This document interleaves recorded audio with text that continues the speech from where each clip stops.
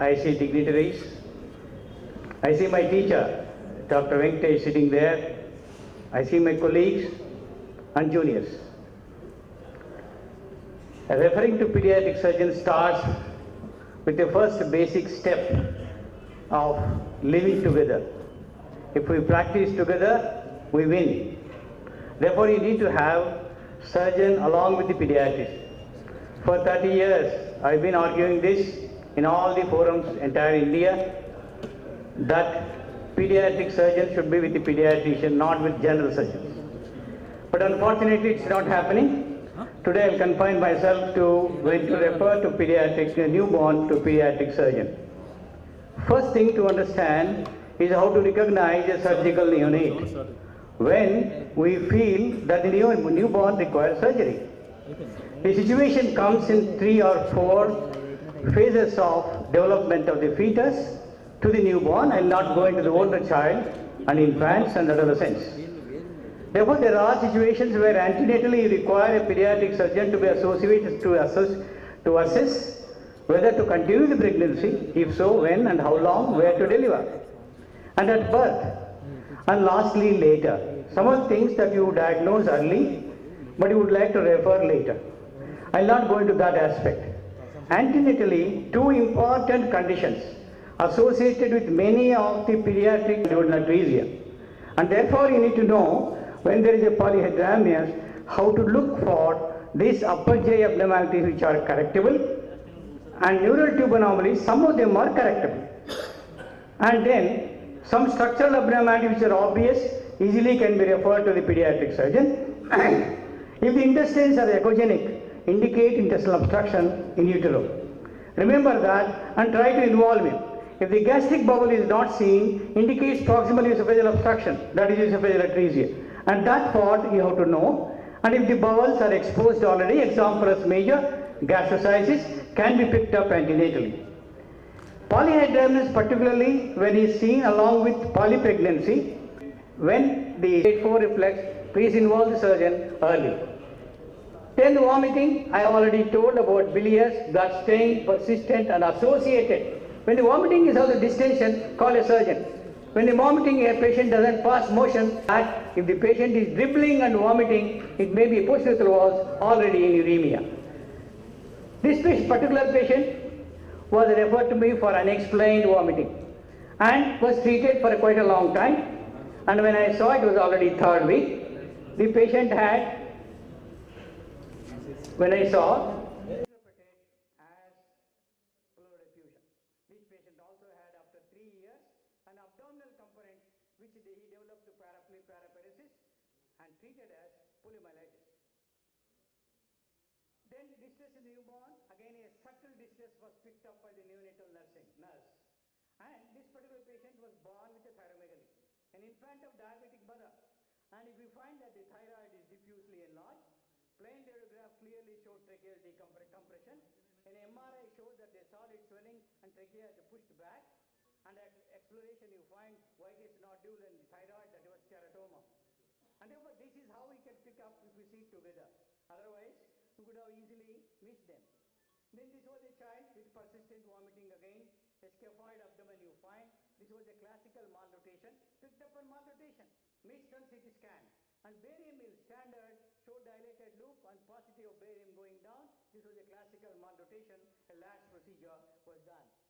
And this was a child again, a newborn child with a chest wall tumor, born with tumor. And you find here, this is the color Doppler showing hypervascularity. This was a chest wall, rhabdomyosarcoma alveolar type. Last month I saw the girl, I could not recognize. This was a 15-year-old girl, has come with a thyroid swelling, referred to me for goiter. And that was incidentally a medullary carcinoma thyroid. A second malignancy patient has developed because of radiation given for this tumor in the newborn period. None of us that time thought alveolar rhabdomyosarcoma will survive. And this was referred by Professor Venkatesh. And then we have this child treated for 30 days for unilateral rhinorrhea as cold, and number of antiviral drugs too have been tried. And they use decongestant. And if you carefully see, even the pillow is covered. The pillow is stained, continuous flow of watery fluid. and a watchful pediatrician picked it up and said, he just telephoned me and telephoned sir too. We thought it might be CSF rhinorrhea. It turned out to be CSF, and if you see the MR, carefully see, this is the cribriform defect, and the CSF continuously flowing. There is no meningocele, there is no encephalocele, there is no rise intracranial tension, there is no tumor. Therefore, this was a congenital CSF rhinorrhea, sans meningocele, sans tumor, sans encephalocele. And I treated this bilateral, this is the bilateral frontal craniotomy, and this is the defect, deviated cristogali there, and I put a patch of abdominal pad and pericranial. Instantaneously, child stopped leaking. That is the second day. Then, this is yet another child, and referred to me in 120 days. Waited for the torch to throw the light. That was a case of jaundice from birth and progressed conjugate hyperbilirubinemia. So many days they had to wait for the lab to give them torch reports. And the torch did not throw the light. Only when we had at that time, the liver had already become brown.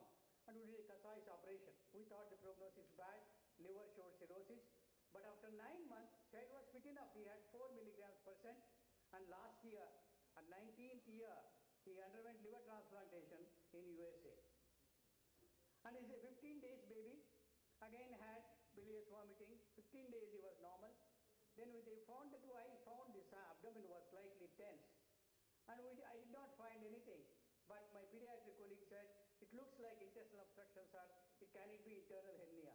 Then we asked him a plain radiograph. Plain radiograph showed us doubtful air. But the radiologist said, no, it is not air. And then we had to do a CT scan. We did a barium enema. Sorry.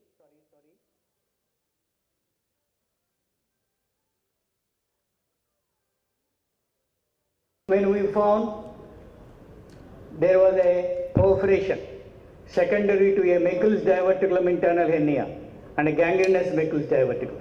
Therefore, we see together another example where we can save the child, otherwise we would have lost the child due to intra-abdominal sepsis. Concluding, friends, please refer when early enough. How early is early? From day 1. Refer for all obvious lesions. Refer if you find something abnormal, radiograph. Refer when you are in doubt. Refer when there is an image abnormality. Ultrasound reported, CT reported, an MR reported, or an isotope scan reported. Then also report when there is an abnormality that is found in a report, a lab report, persistent direct hyperbilirubinemia, persistent raised alkaline phosphatase mass. It may be colorectal cyst. Therefore, friends, I am here to talk to you. Say at least if we see together, treat together, we'll get better name, more money, and will become fame. And therefore, please call pediatric surgeon at least over a cup of coffee. Thank you very much. I'm very well reminded of those old days. How you are, anyone if you want to share any of your experiences, please welcome. Please. Thank you all. I thank Twin City to present the memento.